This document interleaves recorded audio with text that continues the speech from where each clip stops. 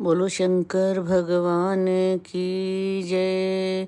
शिव महापुराण का 18वां दिन, उमा संहिता, नवम खंड, श्री कृष्ण उपमन्यु संवाद। ऋषि बोले, हे सूत जी, आप बड़े भाग्यशाली और शिव जी के अनन्य भक्त हैं।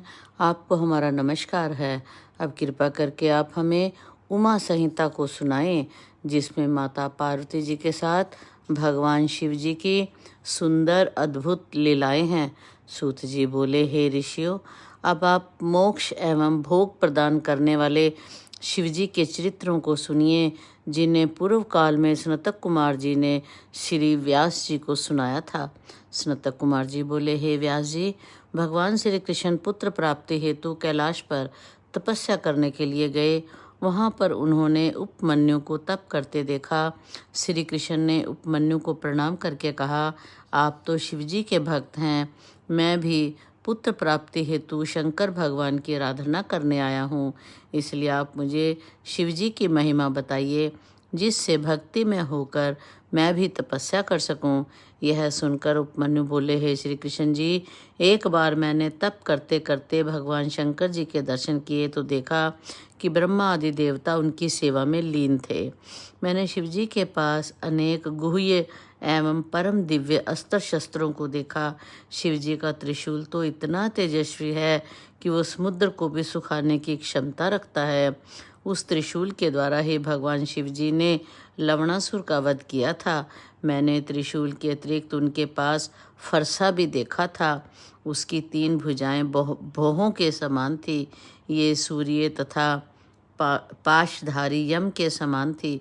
उस पर सर्प लिपटे हुए थे। वह प्रलय की अग्नि के समान तेज धारा वाला था। इस फरसे को भगवान शिव ने परशुराम को भेंट किया था। इस फरसे से उन्होंने 21 बार पृथ्वी को क्षत्रियों से रहित कर दिया था। वहीं पर मैंने सुदर्शन चक्र के भी दर्शन किए थे। उसके 1000 मुख थे, 2 नेत्र व 1 पैर था। वह करोड़ों सूर्य के समान प्रकाशवान था। वहीं पर मैंने वज्र के भी दर्शन किए थे, जो तेज धारा वाला चमक रहा था। मैंने वहां पिनाक नामक तर्कस युक्त धनुष के दर्शन किए थे। तदंतर शक्ति, तलवार, तेजस्वी पाश, अंकुश, गदा, लोकपालों के अनेक अस्त्र शस्त्र भी मैंने देखे। वहीं पर हंस युक्त विमान में ब्रह्मा जी को बैठे देखा। वे शिव जी के दाहिने ओर बैठे थे। गरुड़ पर सवार विष्णु भगवान आयुधों सहित बाईं ओर बैठे थे। शंभु आदि मुनि, मनु, भृगु आदि ऋषि तथा इंद्र आदि देवता भी वहां उपस्थित थे। भगवान शिव के सामने नंदी त्रिशूल लिए बैठा था। भूतगण, मृतिका आदि सभी सेवा में उपस्थित थे। सब मिलकर अनेक प्रकार की स्तुतियां कर रहे थे। मैं भी हाथ जोड़कर भगवान शिव की स्तुति की। भगवान शिव जी प्रसन्न होकर मुझसे बोले, हे विप्र, मैं तुझसे खुश हूँ, तुम इच्छा अनुसार वर मांग सकते हो। मैं बोला, मुझे भूत, भविष्य, वर्तमान तीनों कालों का ज्ञान तथा अपनी भक्ति का वर प्रदान करें। मुझे परिवार सहित दूध और भात भोजन में मिलता रहे। शिवजी ने तथास्तु कहकर मुझे क्षीर सागर के पास रहने का वरदान दिया और बोले कि तुम वैवस्वत कल्प को देखोगे। हे मुनि, मैं हमेशा तुम्हारे पास रहूँगा। जब कभी तुम मुझे याद करोगे तो मैं तुम्हें दर्शन अवश्य दूंगा। इस प्रकार कहकर भगवान शिव अंतर्ध्यान हो गए। हे श्री कृष्ण, शंकर भगवान की कृपा से मुझे तीनों कालों का ज्ञान प्राप्त है। भगवान शिव ही दृष्टा, प्रधान पुरुष और सर्वेश्वर हैं। उनकी कृपा से ही सब संभव है। आप पुत्र की प्राप्ति के लिए शिवजी की ही आराधना कीजिए। शिव भक्तों का आख्यान। श्री कृष्ण बोले, हे उपमन्यु जी, शिवजी की अर्चना से जो शिव भक्त हुए हैं, उन्हें जो सिद्धियां प्राप्त हुई हैं, उनका वर्णन कीजिए। उपमन्यु बोले, हे श्री कृष्ण, हिरण्यकशिप ने शिवजी की अर्चना वंदना की तो उसे 10 लाख वर्षों तक इंद्र का निष्कंटक राज्य प्रदान किया। उसने इतने वर्षों तक इंद्र को अपना दास बनाए रखा। सतमुख नामक दानव ने शिवजी की आराधना करके 1000 पुत्र प्राप्त किए। शिवजी की असीम कृपा से ही ऋषि याज्ञवल्क्य के वेदों के ज्ञाता हुए। व्यास जी ने भी शिवजी की कृपा से वेद और पुराणों का ज्ञान प्राप्त किया। प्राचीन काल की बात है, शिवजी को क्रोध आने पर पृथ्वी का जल सूख गया था। तब देवताओं की प्रार्थना पर अपने कपाल से उन्होंने जल को निकाला था। राजा चित्रसेन भी शिवजी की कृपा से शत्रुओं पर विजय पाने में सफल हुए और निर्भय बनकर शिवजी की भक्ति में लीन हो गए। राजा चित्रसेन को देखकर गोपी का बालक श्री कट भी शिवजी का भक्त बन गया। शिवजी के सोमवार के व्रत के प्रभाव से समितनी पत्नी के द्वारा अपने पति चित्रांगद के यमुना में डूबने पर भी मृत्यु से रक्षा हुई। वे नागलोक में जाकर वहां से अपार संपत्ति लाए। चंचला वैश्य भी गोकर्ण क्षेत्र में जाकर तर गई। उसने अपने दुराचारी पति बिंदुक को भी सदगति दिलाई। महाकाल नाम के महापापी और हिंसक व्याग को शिवजी की पूजा करने से सदगति प्राप्त हुई।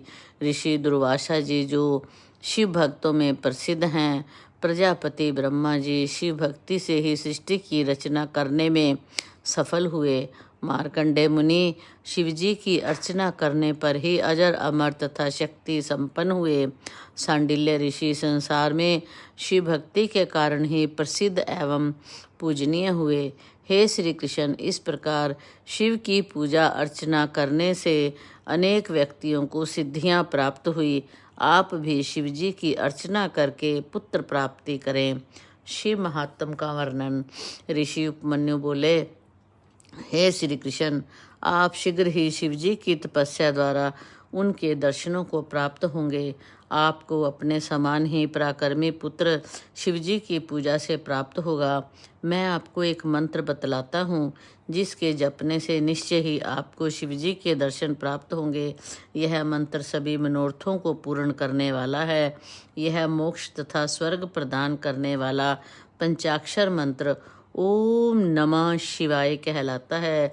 इस उत्तम मंत्र को प्रणव पूर्वक करना चाहिए। सनतक कुमार जी बोले, हे व्यास जी, इस मंत्र की महिमा बताते हुए उपमन्यु को 8 दिन और 2 घड़ी का समय व्यतीत हो गया। 9वें दिन श्री कृष्ण ने उपमन्यु को इसकी दीक्षा ग्रहण की।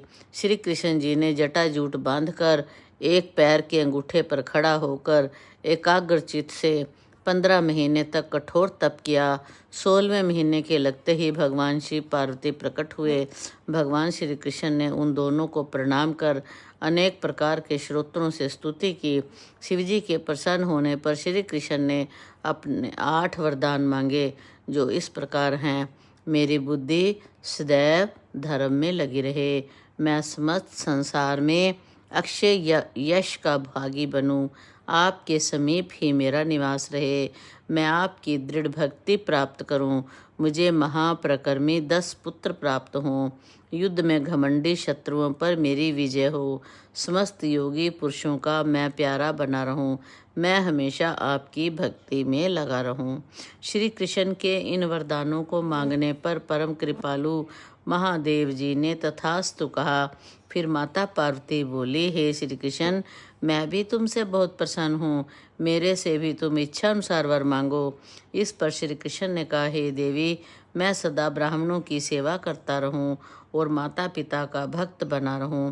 पार्वती जी ने उन्हें वरदान दे दिए। इसके बाद शिव पार्वती अंतर्ध्यान हो गए। इसके बाद श्री कृष्ण उपमन्यु के पास गए और उन्हें प्रणाम करके शिवजी की प्रसन्नता की बात बताई। यह सुनकर उपमन्यु बोले, हे श्री कृष्ण, भगवान शंकर से बढ़कर संसार में वर प्रदान करने वाला कोई दूसरा नहीं है, उनकी लीलाएं अपरंपार हैं। इतना सुनकर श्री कृष्ण उपमन्यु को प्रणाम करके द्वारका को प्रस्थान कर गए। भगवान श्री रामचंद्र जी ने भी शिव जी की आराधना करके समुद्र पर पुल का निर्माण कराया था और दिव्य अस्त्र प्राप्त कर रावण के वंश का नामो निशान मिटा दिया था। भगवान परशुराम ने भगवान शंकर की आराधना करके कामधेनु का हरण करने वाले सहस्त्रार्जुन का वध किया था और 21 बार पृथ्वी से क्षत्रियों का नाश किया था। चाक्षुष नाम के मनुपुत्र वशिष्ठ जी के शाप से मरुस्थल में जाकर मृग बने थे, वे भगवान शिव जी का ध्यान करते रहे। फिर वे दंडकारण्य में रहने लगे। बाद में वे शिव जी की कृपा से गणेश जी के गण बन गए। गार्ग्य मुनि की तपस्या से प्रसन्न होकर भगवान शिव जी ने उन्हें त्रिकाल ज्ञाता 10,000 पुत्र तथा सरस्वती नदी पार करने की सामर्थ्यता प्रदान की। गालब नाम के एक ब्राह्मण ने अपने पिता को, जो एक ब्राह्मण के शाप से मर गया था, शिवजी की कठिन तपस्या करके पुनः जीवित करा दिया था। इस प्रकार शिव पूजन का बहुत महात्म है। अब शिव की माया सुनिए। व्यास जी ने सनतक कुमार जी से कहा, अब आप शिव जी की लीला युक्त चरित्र सुनिए। यह सुनकर सनतक कुमार जी ने कहा, हे व्यास जी, शिव जी समस्त जगत के परमपिता हैं। वे 8 देव योनि, 1 मानव योनि, 5 पक्षियों की योनि के रचिता हैं। ब्रह्मा, विष्णु, इंद्र, देवता, नाग, दानव आदि सब शिवजी में स्थित हैं। यह संसार उनकी माया से वशीभूत है। शिवजी की ही सहायता से कामदेव ने इंद्र, विष्णु, ब्रह्मा आदि को अपने वश में कर लिया था। इंद्र ने अहिल्या पर आसक्त होकर व्यभिचार किया था, यह भी शिवजी की ही माया थी। विष्णु जी काम वासना से पीड़ित होकर स्त्रियों से क्रीड़ा करने लगे थे, यह सब शिवजी की माया थी। काम वासना से पीड़ित होकर चंद्रमा गुरु पत्नी को भाग कर ले गया था, परंतु शिवजी की कृपा पाकर महापातक से बच गया। मित्रों और वरुण उर्वशी पर आसक्त हो गए, उससे उनका वीर्यपात हो गया। मित्रा ने अपने वीर्य को घड़े में डाल दिया, जिससे कुंभज ऋषि का जन्म हुआ। इसी प्रकार वरुण ने अपने वीर्य को जल में त्याग दिया, जिससे वशिष्ठ मुनि की उत्पत्ति हुई। यह सब शिवजी की माया ही है। ब्रह्मा जी अपनी पुत्री पर ही मोहित हो गए। शारद्वती को नग्न अवस्था में देखकर गौतम मुनि का वीर्यपात हो गया था, जिससे द्रोणाचार्य का जन्म हुआ था। विश्वामित्र मुनि ने मेनका अप्सरा से संभोग किया। विश्वामित्र ने वशिष्ठ से विरोध किया। फिर शिवजी की कृपा से विश्वामित्र ब्रह्म ऋषि बन गए। रावण सीता पर आसक्त होकर उसका हरण करके अपने महल में ले आया था, इसी कारण से परिवार सहित मारा गया। बृहस्पति अपने भाई की पत्नी के साथ संभोग कर बैठे, जिससे भारद्वाज उत्पन्न हुए। हे व्यास जी, मैं शिवजी की माया का कहाँ तक वर्णन करूं? बड़े बड़े ऋषि महर्षि मोहित हो चुके हैं। यह बड़ी दुस्सार है, इसका पार कोई नहीं पा सकता। और महान पातकियों का वर्णन भी मैं आपको सुना रहा हूँ। सनत कुमार जी बोले, हे मुनि श्रेष्ठ, अब आप हमें नरक में जाने वाले पापियों के विषय में बताइए। सनत कुमार जी ने कहा, हे व्यास जी, मन, वाणी और शरीर से 12 प्रकार के पाप बताए गए हैं। प्राय स्त्री की इच्छा, प्राय धन की इच्छा, दूसरों का बुरा चाहना, अधर्म में प्रवृत्त रहना, ये 4 पाप मन से होते हैं। रजस्वला स्त्रियों से बातचीत करना, असत्य बोलना, कठोर वाणी बोलना, चुगली करना, ये 4 प्रकार के पाप वाणी द्वारा होते हैं। अभक्ष्य भक्षण, हिंसा करना, असत्य कार्य करना, पराई वस्तु छीनना, ये 4 पाप शारीरिक हैं। भगवान शंकर के ज्ञान में प्राण तपस्वी गुरु माता पिता के निंदक नरकगामी होते हैं। देवताओं का धन चुराने वाले, ब्राह्मणों की वस्तुओं को नष्ट कर देने वाले, शिव ग्रंथों को खत्म कर देने वाले या उनको चुराने वाले महान पातकी होते हैं। भगवान शिव शंकर का पूजन देखकर जिन्हें आनंद प्राप्त नहीं होता, जो शिवलिंग को नमस्कार नहीं करते, स्तुति नहीं करते, वे घोर नरक में जाते हैं।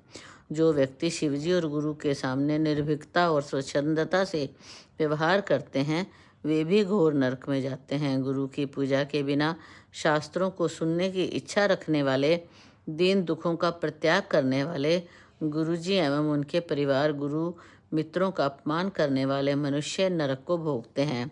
ब्रह्म हत्यारा, मंदरा पीने वाला, गुरु शैया पर सोने वाला, गुरु पत्नी के साथ संभोग करने वाला महापापी होता है। ब्राह्मण को गो प्रदान करके या मंदिर आदि को संपत्ति देकर निर्धन हो जाने पर पुण्य वापिस मांगने वाला व्यक्ति, अनीति से धन संग्रह करने वाला ब्रह्म हत्यारे के समान है। जो व्यक्ति वेदों का अध्ययन करने के बाद भी शिवजी को त्याग दे, उपवास नियम पूजन करके मंत्र महायज्ञों का त्याग कर दे, वह मदिरा पाने वाले व्यक्ति के समान है।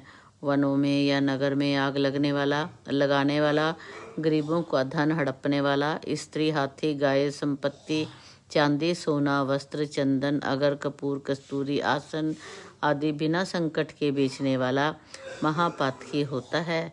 विवाह योग्य पुत्री का योग्य वर से विवाह न करने वाला, माता पिता, पुत्र, बहन, भाई की स्त्री से समागम करने वाला, या कुमारी कन्या से सहवास करने वाला, या शराब पीने वाला, स्त्री से सहवास करने वाला व्यक्ति महापातकी होता है। इस प्रकार पापियों की अनेक श्रेणियां हैं, उन सब का वर्णन करना बहुत कठिन है। इस उपरोक्त पापों को करने वाला तो महापापी होता है, परंतु इन सब का या सहयोग करने वाला भी महापापी होता है। नरकों का वर्णन भी सनत कुमार जी ने बताया कि पुण्य आत्मा मनुष्य उत्तर के मार्ग से व्यवस्थित नगर में जाते हैं, जो 86,000 योजन दूरी पर है। पुण्य आत्मा व्यक्ति वहां शीघ्र पहुंच जाते हैं। सभी प्रकार के पाप करने वाले पापी मनुष्य यमलोक में जाकर अपने पापों का फल अवश्य भोगते हैं। यमलोक तक पहुंचने में पापी मनुष्य को बड़ी कठिनाई होती है। ऐसे व्यक्तियों के मार्ग में नुकीले कांटे बिछे होते हैं और गरम गरम भालू बिछी होती है। छुरी के समान पैने कंकड़ होते हैं। पापियों के रास्ते में चुभने वाले बांस, बड़े बड़े अंधकार युक्त वन और उन वनों में लगी हुई आग, स्थान स्थान पर स्थित सांप, बिच्छू, जोंक, व्याघ्र, सिंह, भेड़िए, भूत, प्रेत, बड़े बड़े सींग वाले भैंसे आदि पापियों को सताते हैं। उस मार्ग में अपना कोई मित्र, पुण्य भाई बहन आदि नहीं मिलता। शरीर नग्न रहता है, जीभ तालू सूखे हुए होते हैं। रास्ते भर यम के दूत डंडे मारते हुए ले जाते हैं और पैरों में पड़े पाशों से घसीटते हुए ले जाते हैं। किसी को अंकुश से पीटते हैं तो किसी को कांटों से काटते हैं, किसी को अग्नि में ढकेलते हैं।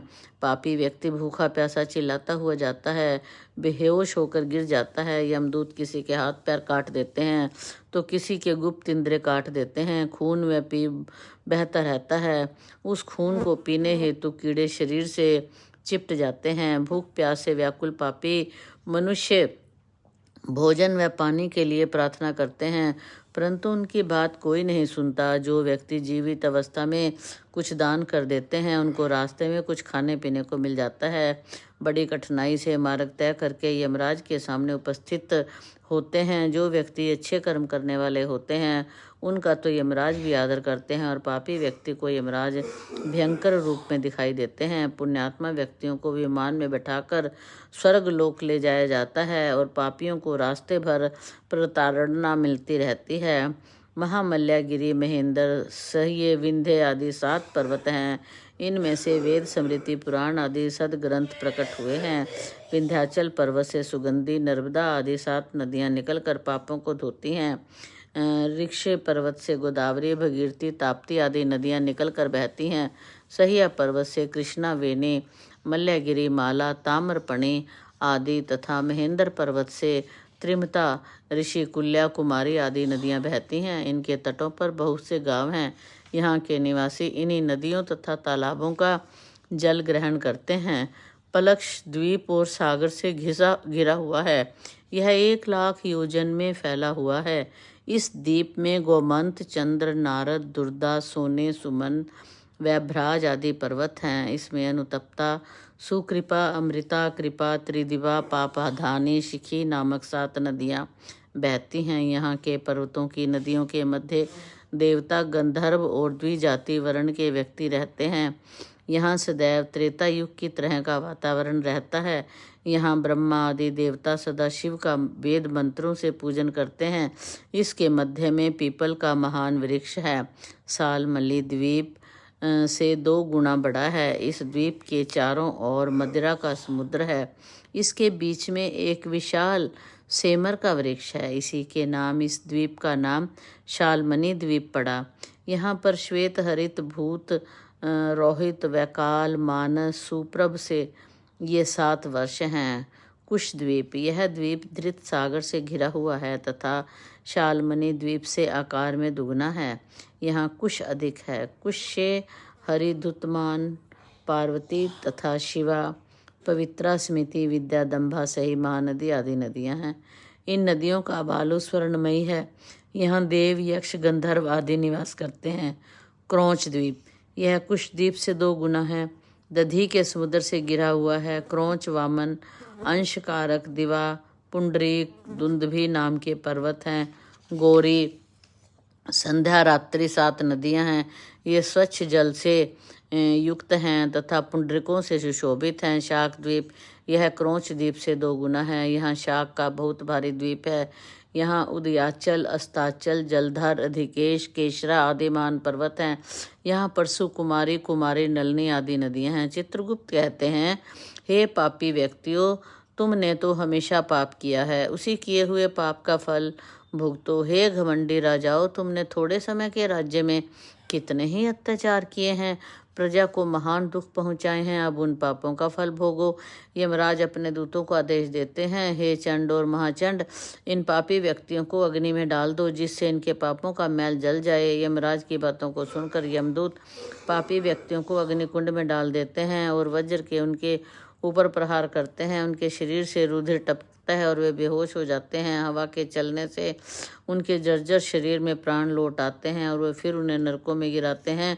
इस पृथ्वी पर 7 पदों के भी नीचे के नरक होते हैं और वहाँ अंधेरा ही अंधेरा होता है। ये 28 नरक कोटि कहलाते हैं। उनके नाम इस प्रकार हैं, घोरा कोटि, सुचोरा कोटि, अति घोरा, महाघोरा, घोर रूपा, तलातल, चंड कोलाहल, भयानकर, काल रात्रि, भयोतरा, चंडा, महाचंडा, भीमा कोटि, पद्मा कोटि, भीषण नायिका, कराला, चंड नायिका, प्रचंड कोटि, विकराला, वर्जा, त्रिकोणा, पंचकोश, सुदीर्घ, अखिलौर्दित, सम, सब लाभ, उग्र कोटि, नरक कोटि। इस प्रकार ये पापी मनुष्यों को दुख पहुंचाने के लिए होते हैं। इनमें 100 रौरव नरक भी होते हैं और 40 महारौरव नरक भी होते हैं।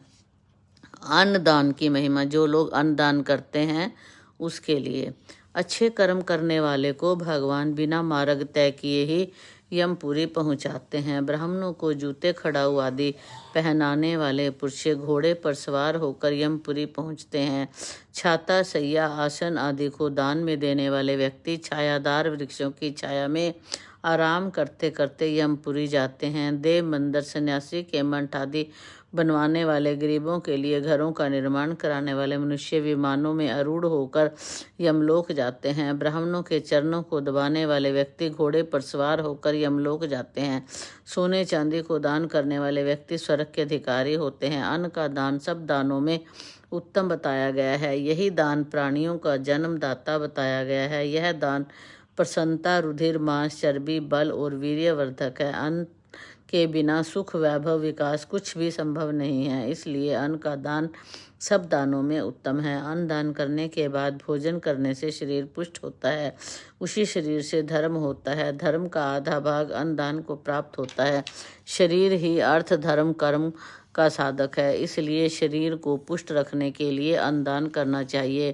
थोड़ा अन्न बचाकर भिखारियों को उसे दान में देना चाहिए। घर पर आए अतिथि को भी भोजन कराकर ही विदा करना चाहिए।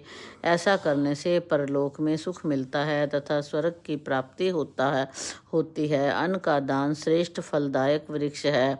अन्न दान की महिमा बताने वाले को सुख संपत्ति प्राप्त होती है। जल दान एवं तप की महिमा।